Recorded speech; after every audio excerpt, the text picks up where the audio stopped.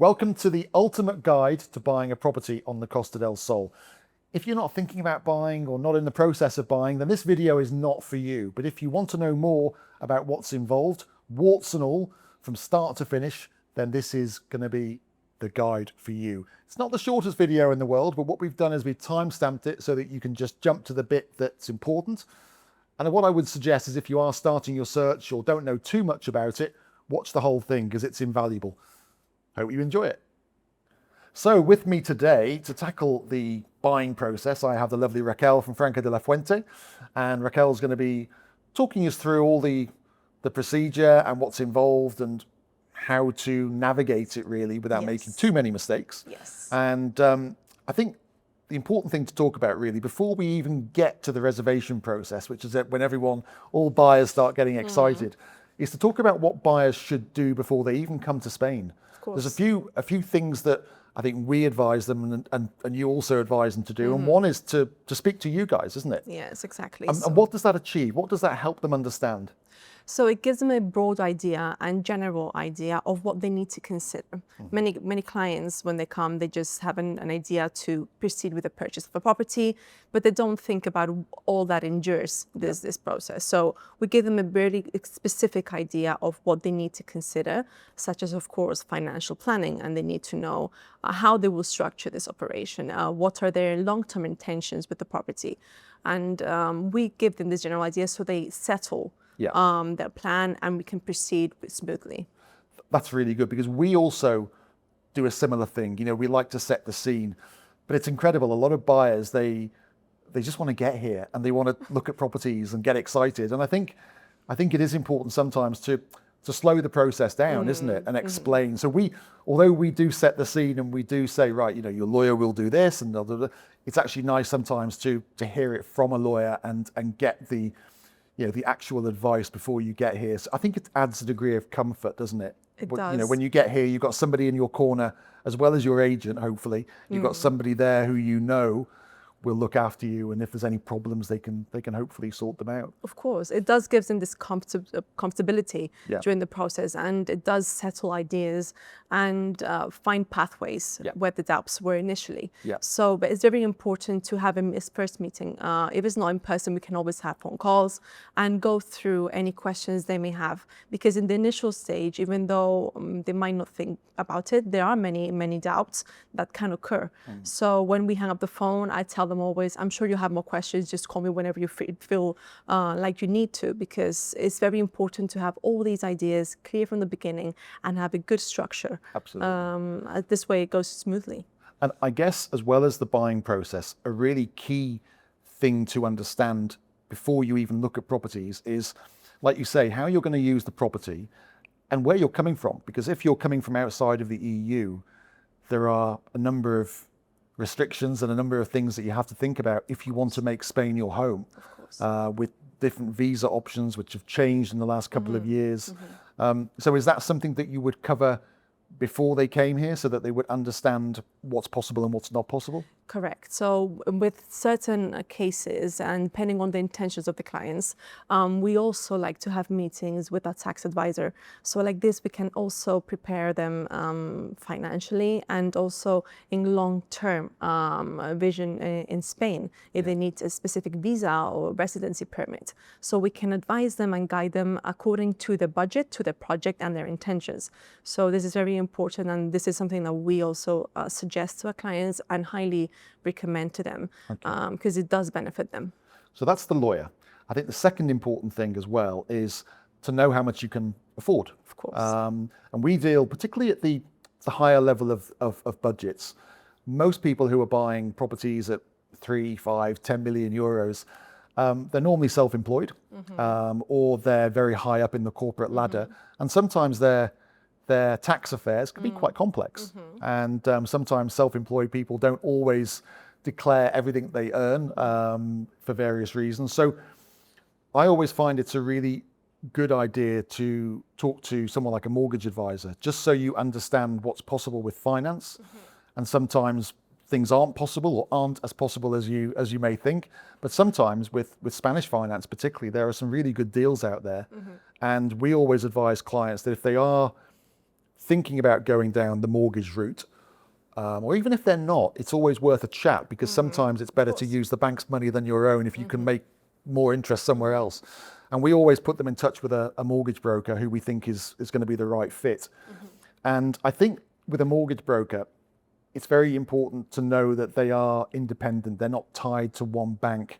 Sometimes if I go to my bank, and I've been banking with my bank for 25 years, I'm probably not going to get a good deal. Whereas if I go to another bank or get a broker to do that legwork for me, chances are I'm probably going to get a really good deal. So we always advise, if people are thinking about a mortgage, or even if they're not, to have a chat with a mortgage broker who can just, again, advise them on what is possible. And I think after talking to the lawyer and after talking to the mortgage broker, clients should have a good understanding of what they can actually afford. Because a lot of people come here and think, yeah, I can afford a villa at €1 million, and they can't, because a lot of people forget that there's purchase costs involved and all those things, which we're going to come on to in a minute. So the lawyer, the mortgage broker, and then the third one is the agent. I think that's really important as well, because I think that's your team then, isn't it? Good lawyer, good agent, somebody who can help you with the mortgage. Of course. And, I always say about choosing an agent, it's making sure that person is there for you, that they can give you whole of market choice, because a lot of agents are quite protective of their own listings and don't want to show you much else. That they have a good portfolio and access to new developments and also all the resale properties available on the coast. Ideally that they're members of an association like the LPA or HIPE, because this industry is unregulated, and that they have a track record, I think, in the market. So they're not just, they haven't just turned up a month ago and specializing and spending people's money. So I think it's important to have those three. Would you agree with that? That they're the key people? Yes, these are the key aspects when initiating a buying process in Spain. The agent is very important. Of course, it's more client focused. It really depends on who you match with. It's very important to find an agent that matches your energy and your intentions, so you can proceed accordingly in the transaction. It's a long-standing relationship, isn't it? Exactly. Because you're buying in a foreign country, that agent is really important, because they're holding your hand through the process, and even sometimes the areas, because people don't know that, okay, they might come here looking at Estepona, but they don't know about San Pedro or Marbella. And sometimes you need an agent to sit down with you and your family and actually ask those questions like, how do you live your life? What do you want from this? And you've got to take into account so many different things. And the agent is there to hear you and to make your wishes come true in purchasing a property in Spain, also according to your needs. So it's very important that the client chooses a really good agent for their needs, to make sure things go well, of course. Okay, so let's get into the nitty-gritty. So I'm a client, I'm a buyer, I'm all excited. I've come to the Costa del Sol to buy my dream permanent home or holiday home, whatever it may be. Okay. Let's think about the financial preparation first. So I've got the mortgage broker. The mortgage broker's maybe put me in touch with a couple of banks, or we've made an application. So I understand my budget. What taxes and fees do we need to budget for? Because you might have a property at, I don't know, €1 million, but that's not it, is it? That's not the whole story, because there's more involved. Of course. How does that work? So when you're buying, for example, a resale property in Andalusia, you need to consider taxes. In this case, it would be 7% transfer tax. This is what has been settled in the area. It differs from other areas in Spain, of course, but in Andalusia, it's 7% transfer tax. Okay. So this is what you also have to consider. This is on top of the purchase price. You must also consider, of course, notary fees and land registry fees, which are also apart from the purchase price and will be duly paid after completion takes place. Of course, there are minor fees, obtaining an NI number, opening bank account, online certificates. These also need to be considered. And of course, your lawyers' fees, of course. And what are the legal fees normally? How do you base those? In the area, there's a famous 1%, where it is invoiced 1% of the purchase price. But of course, this is a general term. It depends on the case, the situation. We can assess the fees, but this is the general idea in the area, the one famous percent. So if I'm buying something at €10 million, you'll do me a little bit of a discount off the 1%. We'll have to see. Yeah. Okay. Not that I am. I wish I was. Okay. So Overall, in terms of buying a resale property, you've got your, like you say, your your transfer tax, your legal fees, notary fees, land registry fees, a few other little bits and pieces. The land registry fees and the notary fees, we can never be certain of what they are, can we? Because it depends on which municipality, how big the title deeds are. Correct. So I think more or less we can say that if you're buying a resale property, allow for around 10%. Would that be about right? Normally there's a little bit less. Yes, approximately. Yeah. Clients do aim to make a budget of a 10% additional on top of the purchase price. So they have a rough idea. Of course, remaining funds are always suitable when they have their personal bank account in Spain that we open for them. They can be kept there, but approximately 10% on top, yes. And for new developments, it's slightly different, isn't it? Slightly different. How does that work? So new developments is VAT, okay, and it's taxed on the 10% rate at the moment. And that's flat And across all budgets? That's according to the law, to the current law in force. Okay. And on top also you have to add 1.2% stamp duty tax, okay, which is also taxed after completion takes place. And then on top of that, you also got the legal fees, the notary fees, and land registry fees. Exactly the same. So we normally say, if it's a new development, to add around 13 to 13.5%, something like that. Would you agree with that? Yes, approximately. So allow 10% for a resale and allow, say, between 13 and 14% for approximately. a This is what the for a new clients development. need to consider, the budget that they need to consider on top. Okay, that's good. And in terms of mortgages, obviously we're talking about non-residents who are buying. For residents, it's slightly different and more favourable terms, understandably. But for non-resident mortgages, typically the maximum that you can get would be 60 to 70% of the valuation of the property or the purchase price, whichever's the lower. And typically it's around about 60. Typically, yes, 60 to 70%. The most common is 60%. It really does depend on the economic capacity of the client and many other factors, of course, that enter into scene when considering a mortgage. But normally, typically 60, 70%. This is a really good intention to have. Okay, so that means that anyone looking to buy a property in Spain, if they're getting, say they're getting a 60% mortgage, they're going to have to find 40% of the property price from other funds, plus their costs. Correct. So they're going to have to find, say, 40 plus 10 or 40 plus 13. So they're going to have to find at least half of the purchase price from their own funds, aren't they? Yes, to be in a safe side, yes. So they can safely know that they can manage this 50% on their own or by other means, justified means, and then they will kind of apply for the rest of the mortgage. Before the client commits to anything, is it worth them doing an NIE application or opening a Spanish bank account or doing a power of attorney? Is that something that you advise them to do, or are we getting ahead of ourselves here? No. It is advisable to have these documents prepared for a purchase process in Spain, basically because they're mandatory. For example, the NIE number is mandatory to have when you buy a property in Spain. Bank account is always really recommended, if not to say mandatory, because you do need to transfer funds for completion to this bank account and also use it for direct debits of, for example, the EB, the garbage tax, the property tax, this is the EB, and your water, electricity, community fees. So this is what the purpose of having a bank account in Spain. So even if you don't see something that you like on that trip and the deal doesn't happen for whatever reason, you think it's good to have all those things lined up, because I think it also strengthens the position of a buyer if they're negotiating. It gives them reassurance that they will go ahead and documents are settled, are in place, and they just need to find the perfect home. So if you have a power of attorney in place, we can start proceeding with the NI number, the bank account, and once they have the property of their dreams in mind, then it's just a matter of proceeding. I know that we always advise our clients to do a power of attorney with their lawyer, even if they're just here to have a look around. I think it's good to do it because, as I say, if you're serious about buying, it's great to have that just done.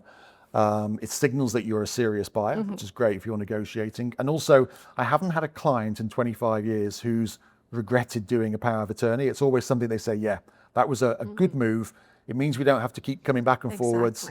Obviously, there's an element of trust involved, but you can limit the power Correct. Can't you, quite significantly to a single purchase or sale? Exactly. The power of attorney can be done in many ways. So it doesn't have to be broad as far as everything, including the transactions that this person could possibly do in Spain. It can be just limited to a purchase or a sale transaction, and even more to a specific property or a specific transaction, and that's it. So the client needs to, of course, trust the person they're working with, and if they're comfortable, they can provide broad power of attorneys where there's a buying faculty, a selling faculty, a mortgage faculty, because we can also take care for mortgages for the clients. And of course, this just means that they don't have to think about it. Of course, we do contact the clients. We need the previous confirmation to proceed with certain points, but they know that they have someone there that will take action, and they don't need to physically come here, which is a waste of time and energy for them. Absolutely. Okay, let's go into the first sort of active thing. So we talked about setting things up behind the scenes before people get here. When they get here, they see the perfect property. They're like, yes, that's the one I want. The steps are that you negotiate. Obviously, if it's a resale property, with new developments, there doesn't really tend to be any negotiation. It's take it or leave it from the developer. Exactly. But when it comes to resale properties, it's a negotiation which the agent will act on your behalf in. And then when a deal is agreed, then it's help, Raquel. And the first part of the process, really, to protect all parties, is a reservation agreement, isn't it? So that's step one, is reserve the property. And I always say to clients, the only time that it's officially reserved is when both parties have signed the reservation document and a reservation deposit has been paid. Yeah. Exactly. So until those three elements happen, it's not safe. It's not yours. Exactly. So what happens with a reservation agreement? Who drafts it? I mean, obviously, estate agents can, lawyers can. What do you guys advise? We advise to sign a good reservation contract. Doesn't matter who makes it. Of course, we prefer to make it ourselves to ensure that the requirements of our clients are always met. But it has to be good. It has to be good for both parties, and more so for our clients, in the sense that if he's selling, that he needs to be duly protected, or if he's buying, he needs to be duly protected too. So the reservation, as you mentioned, agreement is super important. It's very important in the sense that it does outline the conditions of the transaction. So it does let the people, the parties involved, know what conditions is this transaction subject to. And here was before we have discussed with the client or with the agent, and they let us know, well, he will need a mortgage, or he wants to make a technical inspection, or he wants the furniture to be removed, or he wants this to be repaired before completion. So this is where we specifically state the special conditions, and always make it subject to due diligence by the buying party, if you are a buyer in this case. Okay, so this is very important for this sense. Okay, because what clients like to know is they like to know that they're legally protected like that. So if there's a problem with the property a week down the line, that their money is refundable. But also they like to know that they've secured the property. Of course. Because what they don't want is somebody else coming along and stealing it from them. Of course, this is why go on. I mentioned that it's very important to have a good reservation contract where it says that the property, once this contract, the reservation agreement is signed, is removed of the market. Yes. So this is why it needs to be duly drafted to make sure these conditions are stated. Okay, so if somebody agrees a deal with a vendor and they need a mortgage and they haven't quite got the mortgage approval yet, that can be a condition of the reservation. I mean, not all vendors will accept that, of course. Exactly. But if somebody wants their wife or their husband to come along and see it in a few days' time, again, that can be done, can't it? But I think it makes the buyer's position a little weaker, because obviously if there's a condition in the reservation documents, it might mean that the vendor thinks, well, it depends how you see it, because it can give them strength in the sense that if they want the money to be secured, they know that they can duly proceed without having such of a risk. But it's also, of course, in the eyes of the seller, it can be, well, maybe he can withdraw if these conditions are not met. Of course, the mortgage conditions have to be duly explained. They cannot be subject to mortgage. It needs to be duly proven. We need to confirm the situation so that the seller knows that we have a reason to withdraw in case we are the buying party. Reservation deposits. I mean, in the old days, it used to be €3,000. Obviously, prices have gone up. And there's a need now to make sure that the reservation deposit is a balanced risk. It's got to be a decent amount of money to make the buyer a serious buyer. but also, it's a deposit. It's not a contract sum. So deposits normally they range between sort of 3,000, 6,000, 10,000, maybe sometimes 1% of a property if it's an expensive property. Normally it's 6,000 euros. Yeah. Okay, this is the normal, the standard budget for a deposit in the area. Of course, if it's transactions of more of an economic entity, it can add up to 1% of the purchase price. But this is in more high value transactions. And where should the buyer, if I'm buying a property and I'm being asked for my reservation deposit, who should I pay that to? Should it be the estate agent or the lawyer or the seller? How does that work? Good question. It does really depend because sometimes we don't even intervene. We get the reservation contract signed and our deposit has been done. So it really depends. If we get the chance to intervene in the stage of drafting and negotiating the reservation contract, we always recommend to keep it in escrow in either one of the lawyer's client's account. So this is the most common way to proceed, but it is true that many agencies have a client escrow account and they do keep it in this escrow account. As long as the parties are okay with this, it's also an option. I always think and I always advise buyers to send it to the lawyer because you're regulated, your client's accounts are officially accredited like that. Ours really aren't because we're not regulated. So there's more risk if you give the money to an agent, I personally think. I mean, if we ever get a deposit because it's out of hours or client really wants to secure a property and they say, can I just send it to you? We say, yeah, of course, to make sure the deal happens. As soon as I get that money and I'm transferring it to the lawyer straight away because we don't really want to hold client funds. Of course, I understand. So what happens if a seller says, oh, I want that money? I want that 6,000 euros. That's mine.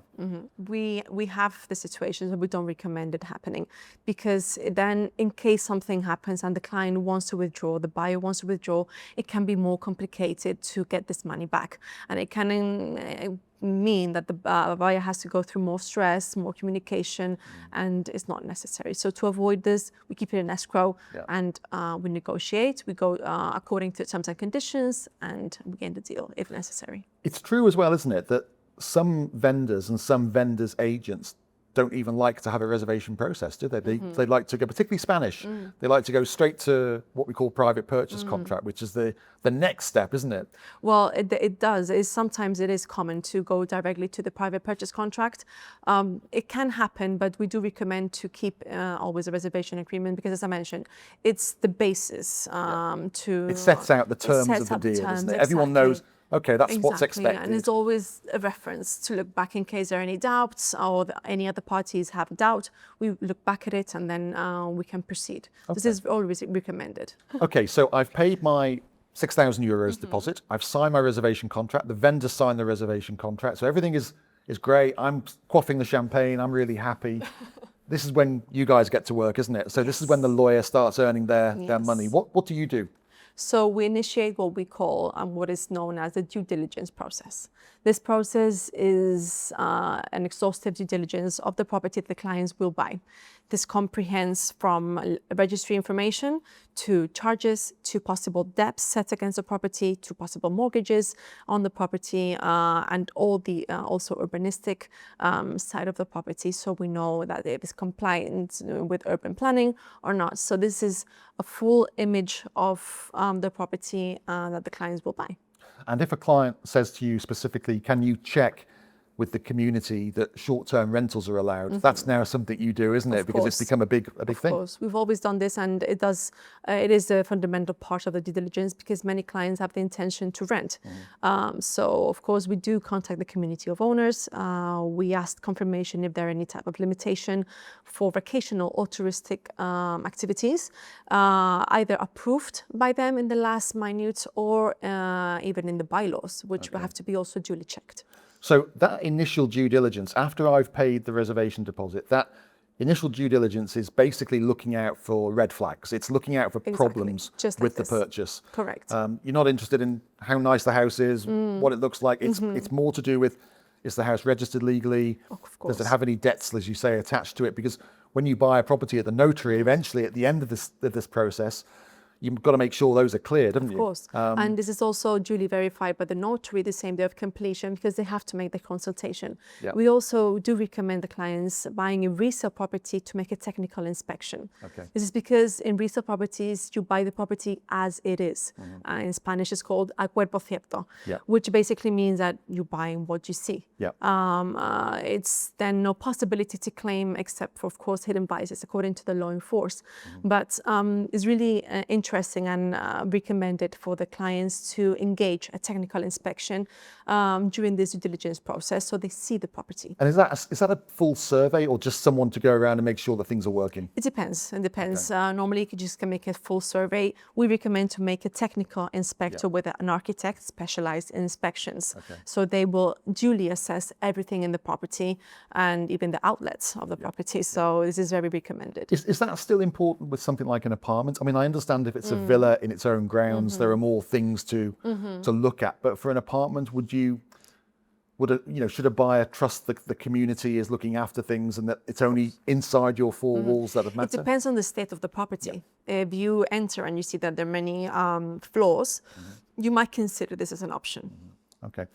The other thing that you mentioned was looking for hidden costs that people haven't paid. So like the unpaid community fees, IBI, basura, which is surprisingly common, isn't it? That there's few debts attached to the property. Some are like, oh my God, how much? Yes. But it's really important that you know that. How do you find that out? Is that with the land registry or? So what we do is we ask the other lawyer, the seller's lawyer, to kindly ask this information to the community of owners, because we do not represent the seller. We do not have powers to ask certain confidential information. So the seller kindly requests and provides and conveys this information. This is how we manage to obtain and know if there are any debts or not. And if so, more so, at completion, we do request a certificate of zero debt, which basically means that it confirms information conveyed. And if there are any debts, we must, of course, arrange this and settle it before completion. So that means that the new buyer, me, gets clean title to the property without any complications. Exactly. One thing to mention about urbanistic sanctions against properties, people have built illegal extensions and maybe added a few square meters here and there.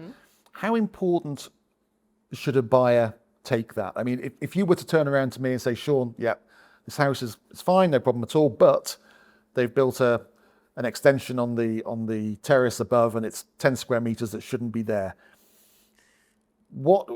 Is that just should a buyer just take a view on that, or would you advise on which way to go? We do advise, because we need to know this information.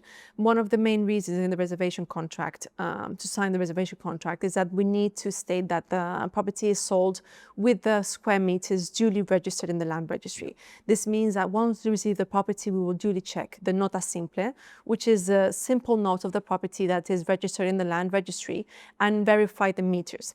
If there's something that is not compatible with the reality of the property, then we start making questions. Then we also check with the cadastral office, because they make aerial photos. So there we will see if there are differences in meters between what is seen in reality by their images and what is actually registered. There's something that has happened. Okay. We advise, of course, to make an inspection and see. It's not always a deal breaker, is it? Sometimes it's so minor that it's just. Of course, it depends on the difference. If it's 80 meters square different, then you see something has happened. If it's 20 even, or 30 square meters difference, it's something has been altered in some sort of way that we just need to assess and address. Maybe it can be solved. Everything can be solved. Everything has a solution. But the client just needs to know, and maybe they're happy to proceed and know the solutions in the near future, and is solved like so. A typical example is something like a carport that has a cover and a door on that shouldn't have a cover and a door on, but nobody cares. It's just like one of those administrative things. Another thing we need to mention, because we're here in the Costa del Sol, is Marbella and the problems with Marbella. So the first occupancy license, or the LPO, normally that's one of the things that a lawyer will look for to make sure that a property has that first occupancy license. So the authorities have gone and inspected it and made sure that everything is okay. Of course. In Marbella, because of all the problems that we had with the town hall years and years ago, I think it's fair to say probably half the properties in Marbella have never had an LPO. They've never had a first occupancy license. Some, as you mentioned, many don't have because or either they have been revoked or they have been annulled in this sense, or even they just don't exist because at the time that the property was constructed, it was not mandatory to have this. Okay, is that a problem or should? It's not a problem because if it didn't exist, then of course be torn down. you can't make it up. But of course we need to find the alternatives for it and see how urbanistically the property is settled if in the legal terms, of course. And there are ways around that, aren't there? And I think it's also how the agent educates the client as well to explain that this has happened. Because anytime someone's looking in Marbella, I always say, okay, if we're looking in Marbella, likelihood is the property is not going to have all the correct paperwork. Your lawyer will tell you, but it's not a deal breaker. Banks still lend against those properties. There's still, and also we have the new Marbella plan, hopefully, fingers crossed, hopefully being ratified soon, which will sort out a lot of these issues, won't it? This will sort out many of the problems. Of course, as you mentioned, it depends on who is a buyer and their intentions. Of course, sometimes it can be a deal breaker, sometimes not. For us, we will expose all the information to the client and they can make the decision according to what legally is stated. To them, it depends if it ends the deal or not. Sure. Okay, so you've done your work. I don't know how long that takes, normally a few weeks, I guess, to find out all this information. And then you will write to me on email and say, Sean, okay, we're ready. Everything is here. We've talked about the little issues that we've had. Are you happy to proceed? Yeah. And at that point, what happens? At that point, we proceed with a private purchase contract, also known as PPC in a short term. This contract is the contract to say. This is the legally binding contract. This is a legally binding contract. The reservation also is, but this is the most important contract because it states... You can lose a lot of money. Yes. So it states the responsibilities of both parties. This is why it's very important because we will know the responsibilities of the seller and also of the buyer. Normally, these type of contracts are signed also including all the special conditions. This is to say property tax, garbage tax, how it will be paid, supplies, if it has certain documents, what documents need to be provided before completion by the selling party, what amendments need to be done in case this is agreed before reservation. So all the details are duly stated and all the responsibilities. Okay, normally in this type of contracts, what the clients sign is an earnest money contract, which means that in case of breach of the seller will be obliged to pay double of what the buyer has already paid. But also in case of breach of the buyer will lose the amounts paid. Of course, their infringements of their obligations must be duly confirmed and justified to be able to proceed establishing the penalties. But it's very important in this sense. So at that point, how much would I be expected to pay as a buyer? So in this point, the normal amount to pay is a 10% down payment of the total purchase price.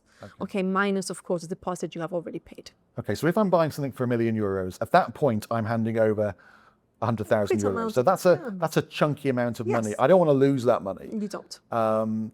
So that really does bind people in, doesn't it? It does. Anyone who's pulling out at that stage after that, it's normally because of some awful event. Extraordinary event that cannot be controlled. Of course, this is why the financial preparation that we have discussed before is so important in order to avoid risking and stressing over such an amount of money. Yeah. What else would be in that contract? I guess completion date. At that point, you need to know from me, okay, Sean, when can you complete? You'll need to know from the seller when they want to complete. And sometimes those dates aren't always aligned and we have to negotiate. But that needs to go in that contract. That needs to go in the contract. Again, the reservation agreement will duly state the completion date. So there shouldn't be too much of a negotiation in that sense to change. That's normally been discussed, hasn't it? But sometimes, I guess if you're getting a mortgage, it might take a little bit longer. Exactly. So for example, if the completion date needs to be changed for some reason, it can be altered between parties. But for a couple couple of days in normal terms, according to the initial agreed completion date, in the reservation agreement. Of course, as you mentioned, if there's a mortgage in place, this is one of the reasons why we need to first advise in the reservation agreement, so we can put in the PPC that, of course, delays according to the timings of the law enforcement can take place. So both parties are considerate of this in a normal time frame, of course. Yeah, we've had it a couple of times where contracts have been signed and then the buyer has turned around and said, oh my God, my mortgage offer is out of date and I need to reapply and I need another 6 weeks. And it's like, oh my goodness. So it is important. This is where we go back to the preparation. Like you say, you need a lawyer, an agent, and a mortgage advisor if you're going to go for a mortgage that understand the process and can also communicate with each other. Exactly. We are always in contact with all the parties involved to avoid this stress on the buyer, because we do know that delays can happen. Banks don't always go as fast as the intentions of the clients go. So it's important to walk through the case with the client in this sense. And most things can get sorted out, can't they? Yes, I always feel that, solution. I always find that clients don't mind bad news because we can deal with it. Exactly. What I find is clients get really frustrated when there's no news or no communication, because then they start thinking the worst. Exactly, that's the point. The clients just need to know. Whatever it is, the outcome, they just need to know. Exactly. Yeah. Because as I mentioned, everything can be solved. So it's just a matter of advance this information so the clients know how to proceed and give them options, because there's always options for every problem. Okay, so I've paid my 10%. I've now got no money left. Congratulations. Yeah, thank you. I feel so happy. And I'm purchasing my dream home in a month or so. But what timescales are we normally working to here? So once they've reserved a property, is it normally about, I don't know, 2 to 4 weeks for private purchase contract? And then... So, depends. Normally, between reservation and PPC is 2 to 3 weeks. Okay. It's pretty quick. It can be quick. Because in the UK, it can drag on for months, and there's no money down. There's no reservation deposit. Really? So the whole thing can go. Wow. Yeah. Well, here it's normally 2 to 3 weeks. Okay. We can always negotiate with the other party. If we have some sort of administrative issue that delays our due diligence process, we can also justify this. But of course, this is for the PPC, and then it depends on when completion date has been stated, scheduled for. Sometimes the seller has tenants on the property and they cannot end the contract. So both parties agree that it will take place once the contract is finalized with the tenants, and they can enter the property. So of course, it really depends on the conditions, but when the PPC is signed, normally 3 weeks, 4 weeks approximately. Just before we get to the next stage, the most exciting stage, which is completion, I just want to touch on the difference now between buying a resale and buying a new development, because we talked about resale, we talked about the 10% amount that's due at PPC, but with a new development, it's slightly different, isn't it? Because you pay in staged payment terms. Stages. Correct. And they differ from developer to developer. Exactly. Typical scenario is maybe 30%, isn't it, a private purchase contract, and then maybe an interim payment. Exactly. And then a completion payment at the end. So as you mentioned, it's completely different scenario when you buy a new development property. You do have the payment terms that is duly offered at the beginning of the transaction, so the client knows what they have to prepare for. And when. Exactly. So normally it's a reservation deposit, 30, 20%, normally 30% as a down payment at the PPC signature, once, of course, the AML process has been approved. And then you have deferred payments, which is during the construction, and depending, as you mentioned, on the promoter, it can be monthly, every 6 months, or every year, depending on completion date. And would your role be different when you're dealing with a client who's buying a new development? Would your due diligence be different? Because obviously there's no physical property to inspect. So are you looking at things like building licenses and various things? So we enjoy the same process, but in different manner, in the sense that we check all the legal documentation of the promoter that they have to duly provide to us. As you mentioned, building license is one of the main documents to see, but also the company that's selling, also the nota simple, the land registry information, to make sure that the promoter is duly registered. Sometimes we encounter ourselves that the promoter is still not the owner owner of the plot where the construction is being done. It's in process. It's in its way, but of course it's a process that takes place. And at the moment when you sign the reservation agreement, it's not the promoter as such. It's another entity from which the promoter has bought the land off. So there are many things to consider. Also urbanistically, we need to see where the plot is being constructed. The construction is taking place. We make calls to the town hall architects to verify this in case something is edgy. Just on the issue of new developments, I guess one of the risks involved with new developments, and there's a lot of guarantees in place for buyers, bank guarantees and things like that. But if you're buying a property, a new development off plan that is pre-licensed, and by that I mean there isn't a building license in place, developers are selling units at special prices, basically to prove to their financiers that there's sales coming in. But it leaves buyers quite vulnerable, doesn't it? And at that point, they shouldn't hand any money to a developer, should they? Because your money's not protected. It needs to go to you, the lawyer, for safekeeping until the license has been granted. Is that correct? It depends on, of course, it is a risky situation, but it depends on the promoter. Some promoters do not enable this option to keep it in escrow. Right. So, of course, we need to specify the conditions in the PPC. It is true that the PPC with the promoter is binding, but there's always negotiation margin. So we do negotiate every term and conditions of a private purchase contract with a promoter, even though it's binding. And in many cases, they do accept. And more so where it comes to this type of scenarios where there's not a building permit in place or it's under another constructor's name or promoter's name. Of course, we take extra precaution. We do advise the clients of the possible implications, and we set a specific time margins in the PPC to the promoter to accomplish this obtention in case we are not able to keep the money in escrow. So that's when your work really does count to protect the client funds. You mentioned something earlier, that nasty thing, AML, compliance, which is the anti-money laundering. When does that take place? Anyone who's bought a property anywhere in the world will know about this. A lot of people who aren't experienced property buyers are horrified by what's involved. I mean, I'm buying at the moment in another country, and I feel guilty that I'm trying to spend my own money trying to buy a property. You know, my goodness. And yeah, I'm kind of being made to feel like a criminal. It's not nice, is it? No, it's not a fun process at all, is it? We do understand it's can be overwhelming for the clients when they're asked for these type of clarifications and documents. And what is it? It's about proving who you are. Exactly. And also where your money has come from. It's basically to prove the origin of the funds and the your identity. As you mentioned, we need to make sure to provide identification details to the entities involved. Of course, lawyers, a law firm, and banks and promoters are obliged entities under the law in force of anti-money laundering. So we need to take into consideration these steps by law, one of them being the identification of the parties, passports, and also origin of the funds. So this is also part of the preparation, the financial preparation with the clients, where we ask them where the funds are sourced for the purchase of this property. When would you normally ask that question? Is that done at reservation as part of the...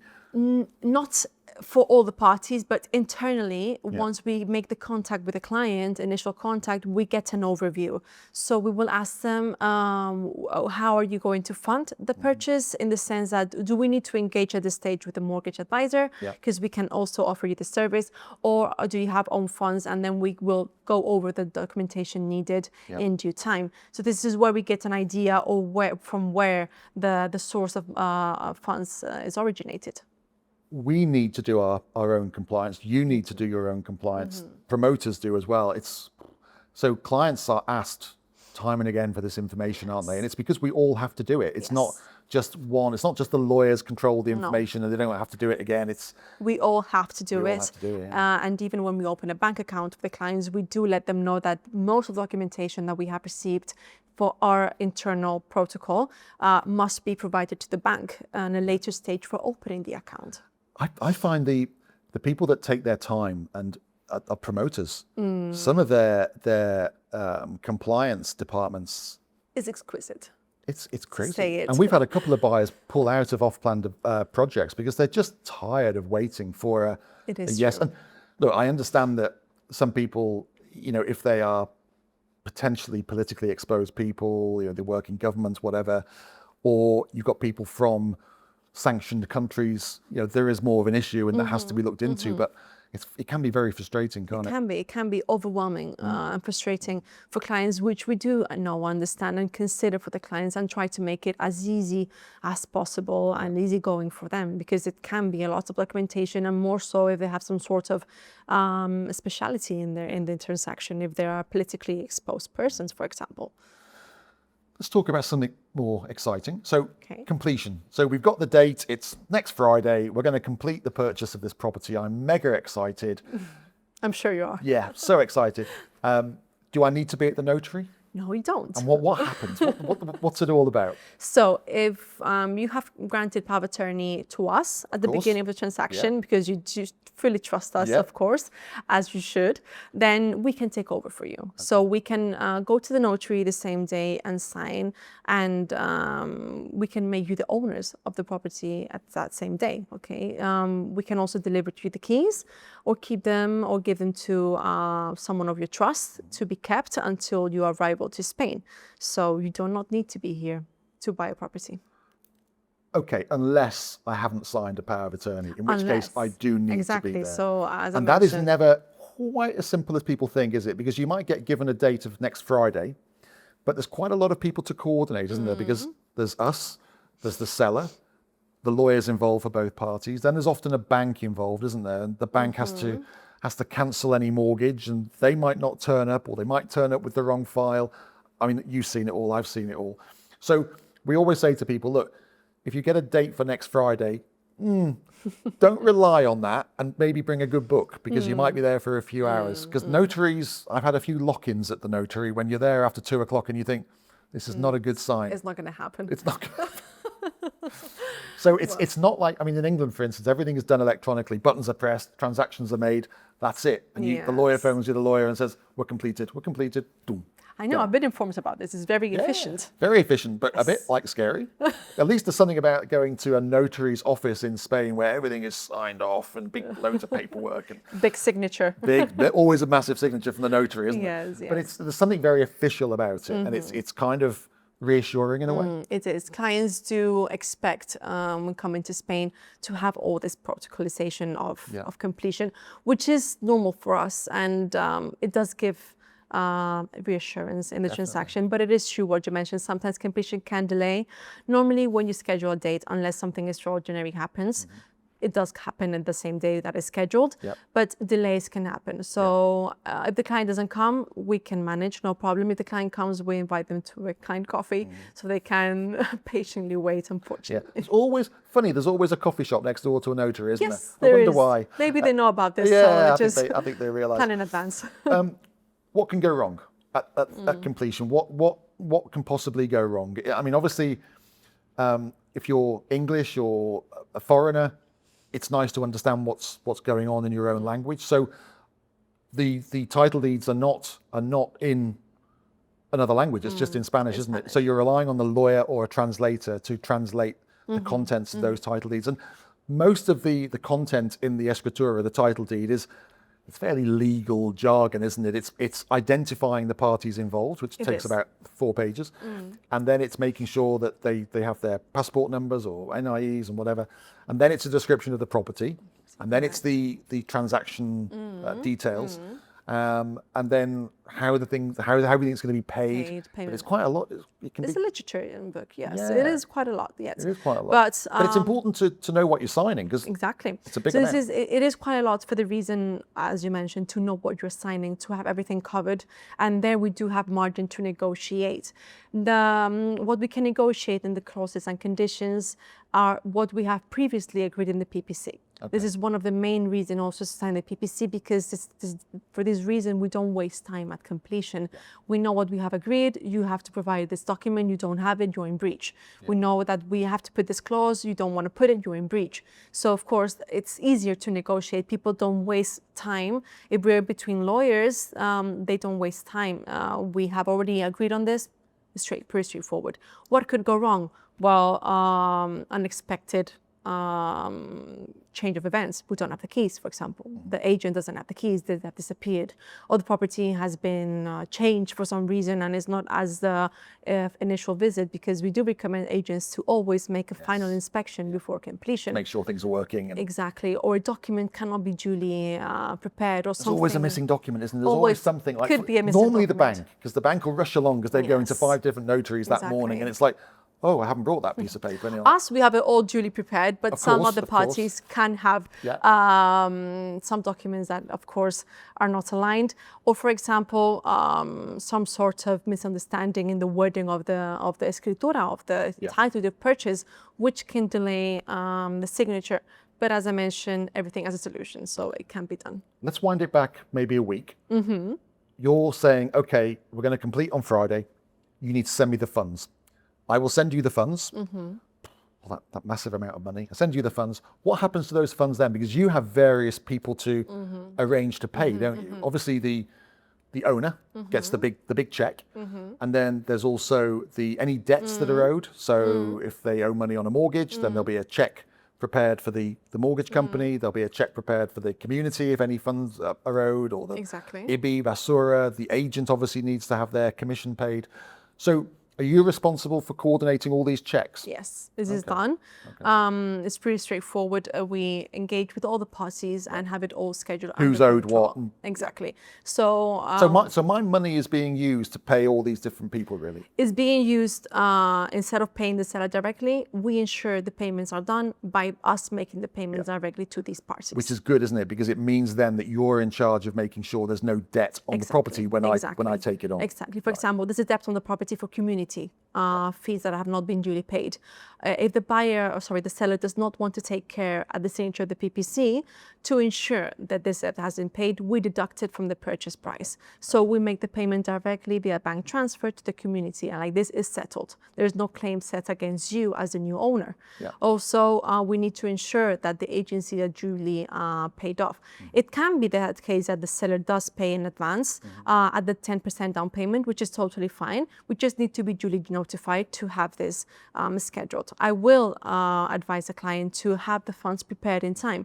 For this reason, the funds do need to be at least 2 days before completion in their bank, so everything is duly organized and I can schedule payments with the bank manager. Because that's probably the major cause of a postponement, isn't it? That the funds haven't arrived. And you're like, oh, come on. Of course. Everyone else is ready, but those funds haven't arrived from the buyer.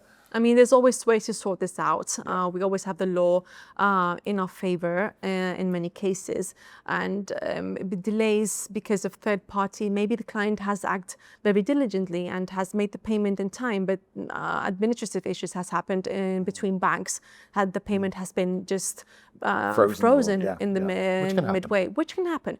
But of course, this is why the client does need a good supporting law firm and good communication. And good communication to get the stress off their shoulder. All parties want it to work, don't they? But sometimes if they stop talking, then things can communication is key. And is everyone paid by check or bank transfer? How does that work? Because it's more and more by bank transfer, isn't it? But in the old days, it used to be, here's a check for you, here's a check for you, check for you. Well, we always recommend it to be done via bank check. It's the most secure way for the payment to be done. Of course, there are some occasions where parties agree for a bank transfer, but it has to be very detailed and calculated in the sense that we need to know when the transfer is done. We need to have the corresponding proof of payment. It needs to be an immediate transfer, so the funds need to reach the same moment of signature of the account. So many variables to consider, but it can be done. But the best secure way, a check. And all of these payments are categorized in the title deeds, aren't they? So that it's always there to refer back to. The agent got paid that, the community got paid that. And all the corresponding proof of payment to support these movements. So it's all very above board and detailed, isn't it? It is. Okay, so that's completion. So we're all happy. I get the keys. What happens then? Obviously, there's things like administrative things, and I need to set up a bank account, which hopefully we've already done because I've instructed. We've done it already, don't worry. You've done that, great. So you set up a bank account for me. Do you set up my direct debits because this is when buyers think, I haven't done anything, I haven't done any of this, and who's going to pay my bills? We do. But you advise on that and you help manage that process through, yeah? We don't pay the bills, we help you pay the bills. Damn, okay. It's worth a try. We help you pay them. So we will set up the direct debit for property tax, known in Spain as EB, also garbage tax, electricity, water, and community fees. Okay, so this is already set up in your account after post-sale, of course, and it will be automatically paid. You don't have to have money in the account and don't think about it. And what happens, so after completion, what happens to the title deeds? Where do they go? Do they go off to the land registry? Do they have to get stamped by someone? Do I ever see a copy of them? You do.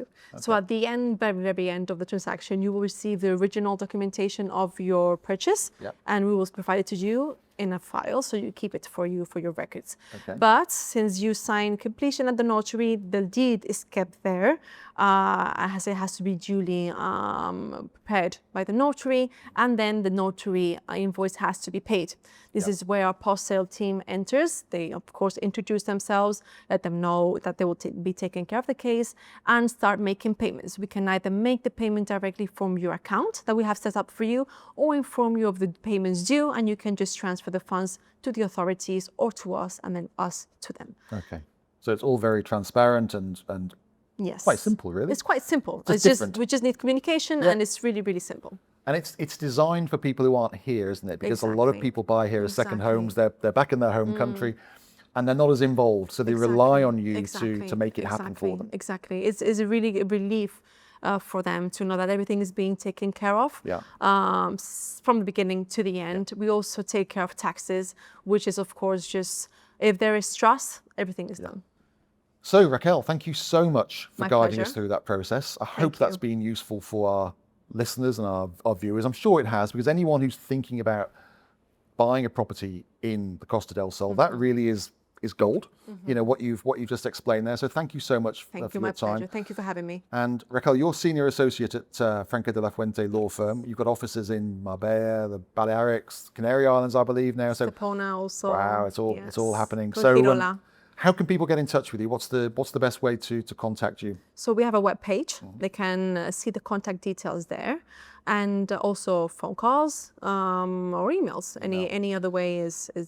And I think we'll get Alfredo to put your details there, so people can contact you directly and have a chat with you, whether it's before they come and visit or whether they're here now looking at properties and need some help. Of course. But yeah, thanks again, and I'm sure we'll see you back in the hot seat soon. We'll be discussing something else, but thank you so much. Of course, anytime. My pleasure. Thank you for having me.